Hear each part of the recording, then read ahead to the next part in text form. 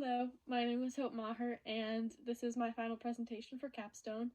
My capstone title is Sign of the Times, and it's basically my project that encompasses what I've learned about sign language and deaf culture through my 3 years of really knowing the language, and basically what I really took from it and what I think other people should pay attention to when it comes to deaf culture and those who are hard of hearing or deaf. So, I first became interested in the language through watching a show, I believe it was on ABC Family, and it involved a character who had two hearing parents, but she was hard of hearing.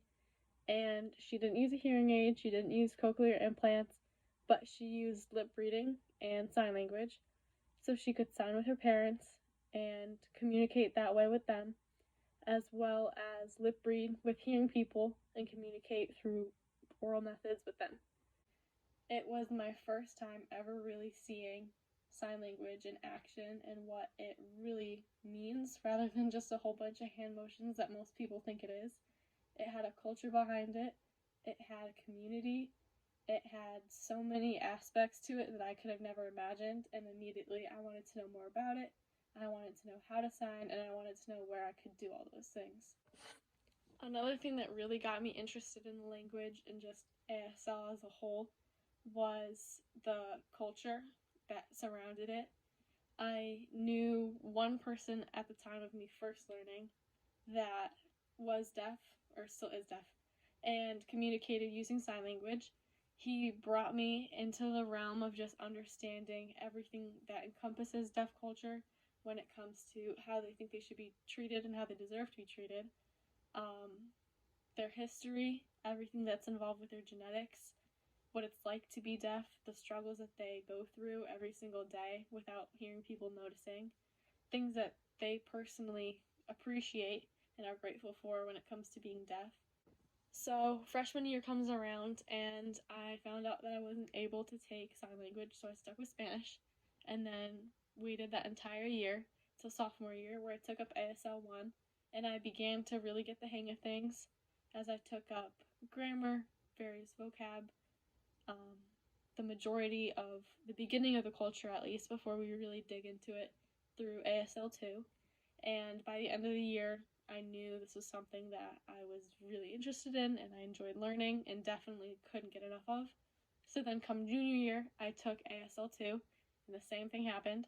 I really enjoyed everything that I did with it. I enjoyed everything I learned, and through that, I knew I didn't want that to end.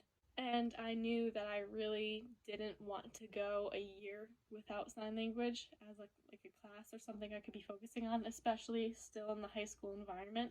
So I reached out to another girl who was a senior when I was a junior and still in ASL 2, and she took capstone as well. And I found out that this was an option, and I took it up. So then senior year comes, and I take capstone, and here I am. So my original learning goals for this project were to mainly focus on myself. So I wanted to be able to learn more vocab. I wanted to really expand my knowledge on the language, not just the culture, but different signs, different ways to sign it, different kinds of shifting, things that like I could have mastered with another class, but now since I didn't have that, I wanted to make sure that this is something I could do on my own. I wanted to make sure that I completely understood all the different rules when it came to gloss and writing it out, and I wanted to make sure that I could master every aspect of signing that I could in the last year that I had left with Miss Miguel. I wanted to learn more about the culture and keep in touch more with the friends that I had made at ASD and make sure that I was fully educated on everything I really needed to know and things that I might have missed out on my junior year. I also wanted to understand further, I guess, the anatomical causes and how deafness comes about, whether it's through genetics or from an accident or things like that. So as the year went on, I began to realize that not all of those would be the most beneficial for me, especially when it came to sign language. So I kind of like shifted around what my goals would be And as I started joining or participating more in the ASL 1 classes, I noticed that I think a little bit more of my time would be better fit for helping some of the students. So we had the biggest class I think she's ever had. So Miss Miguel had an ASL class that I think began with 23 students. I think ended with 21, but still, that's a lot of kids, especially when it's a language that they're not really familiar with at all. And towards the end of the year, when she doesn't talk and she only uses sign language, it can get a little complicated. Granted, the end of the year didn't really come as we all expected, but so I think that was definitely one of my bigger impacts of the year when it came to my classes, because I started to become more involved with the ASL 1 classes. I helped tutor, which I wasn't really expecting, because I remember Kylie Peters, who did her capstone project on ASL, did kind of similar, but not as in depth. So I began tutoring and helping out students after school during classes, helping them take tests and quizzes, and really understand the things that they were struggling on in class. There were more things that I had to focus on than I originally thought. So one of those was being able to tutor, which honestly ended up being much better of an opportunity than I ever could have expected, because it allowed me to see what I needed to work on when it came to remembering things that I had learned 2 years ago, or 2 years ago, and how I had to sharpen my skills as a tutor and be able to explain these things to the students in a way that was easy to understand for them, and not in a way that I would explain to somebody that I had been in the same class with, so somebody at like my level. Another thing that I really had to take note of, was that it wasn't always as easy as I'd expected to pick up a new subject when it came to sign language. So, new vocabulary words, it's not as easy as I would have expected to pick up new words, new rules, new culture when it's just me and not a whole entire class.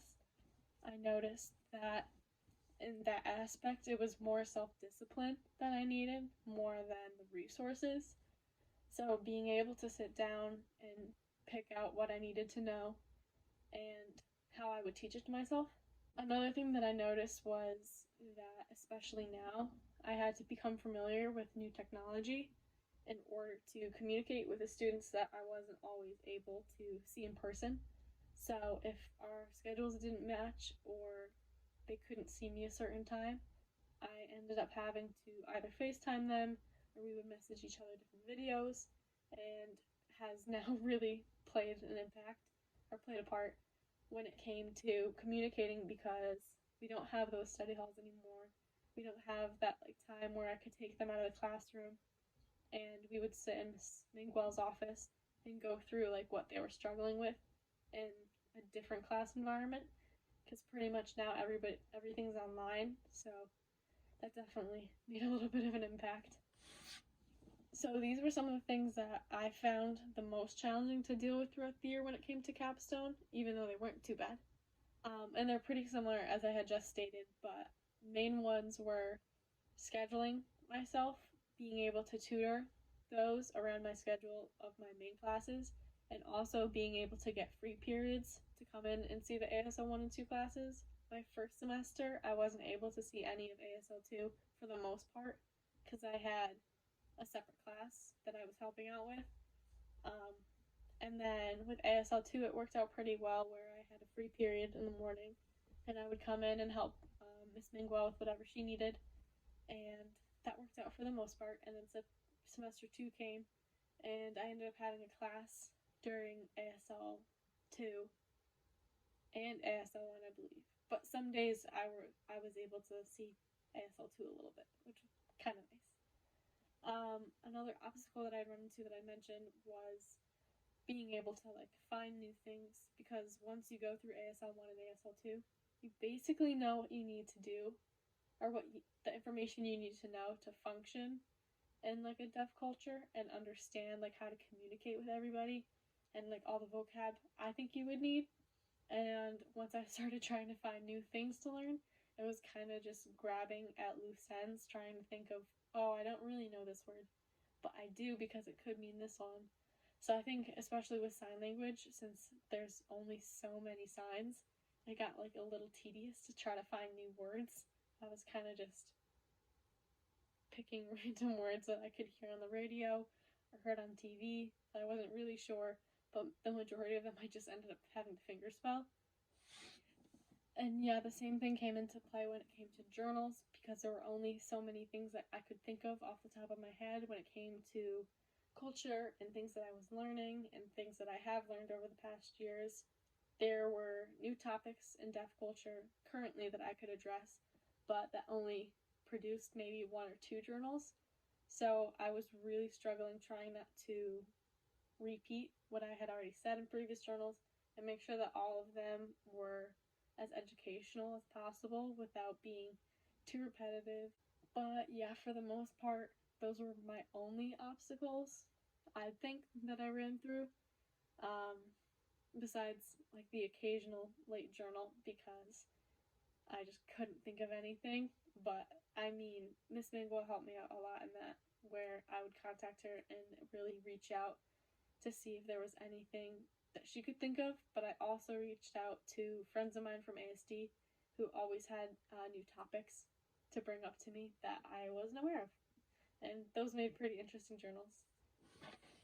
So specifically in the diagram, it's going to be pretty challenging to see on this, but I just wanted to kind of dive right into what I had learned over the past few years, as well as what I really wanted to focus on this year for capstone. So there's different sections of the ear. Most people understand you got an ear.